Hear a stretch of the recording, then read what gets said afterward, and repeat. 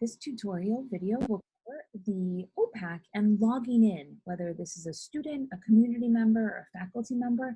This is how we're going to log into the OPAC and what functionality you have as a student, community user, or faculty. So you have two options here. The student or user can hit that upper right-hand corner, log into your account, and that will give you a little pop-up screen. Or they can use the little section down on the bottom on the right-hand side here where they can enter their login or password. Once they enter that information into the system and hit that login button, that will take them to their account summary page. In their account summary page, they'll immediately be taken to their checked out items. So they can see right away the information that they have checked out, the title. You'll notice it's hyperlinked. So if you want to open it, they can click right on that and it will take them to that particular MARC record so they can see what they have. A few other things they can see in their account summary, the due date. They have the option to renew, and it will show them if they have any fines. You'll also see they have a tab for holds. So what that allows them to do is see anything that they have on hold in the system. You'll notice that it will also have a hyperlink so they can link in, or they can look at their pickup location and their status as pending. If the status is pending, that means it hasn't been triggered or trapped by the librarian.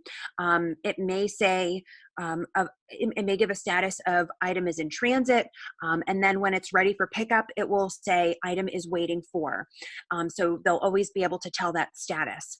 And then you'll see as Kelly is hovered over suspend, that gives your user an option to temporarily suspend. This is good for faculty if they go out on leave or they're taking a sabbatical or maybe a student is doing study abroad. You know, these are great things for them to temporarily suspend their hold and then they can bring it back. And of course, the last option of canceling. Perfect.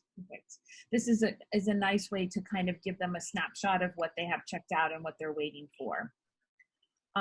Other tabs that the patron has access to, if they do have any fines, they'll be able to see any of the fines that they have and the total and any information about what they owe.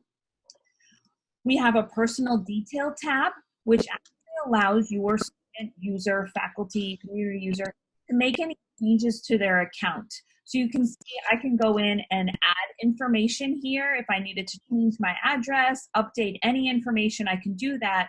And then as a user of the OPAC, once I finish that, I can hit submit update request, and that will actually go to the librarian to make aware that I have made some changes. We'll show that on the other end where your librarian can either approve or not approve that information.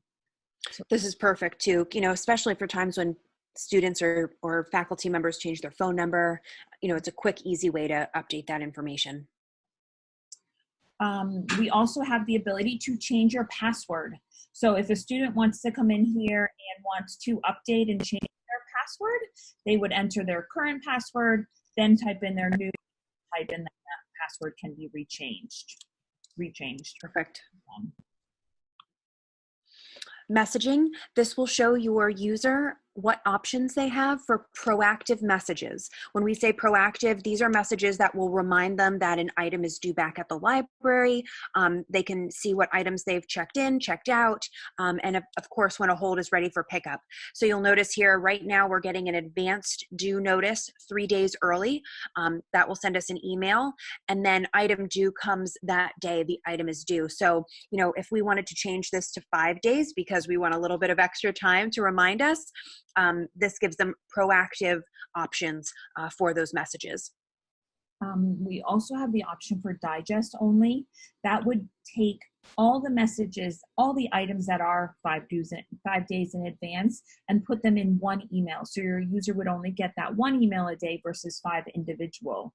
So if a user realizes they're getting an email for everything and they want to digest that, or as a library, you may opt to decide to digest those notices so they don't get too many.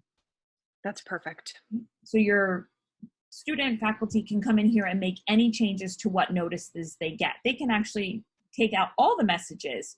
That is not going to, as Jessie said, these are proactive. That's not going to unsubscribe them from overdue notices. This is strictly for those nice happy messages to say, don't forget.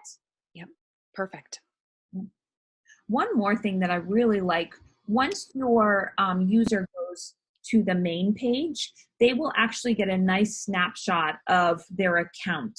So as they're going through, they can actually see, I have one checkout, I have one hold pending, and it would also say if you had any fines or if you had a hold ready for pickup. That would be great to just see right away. Perfect. Okay, Okay. we're all set. Thank you. Thank you.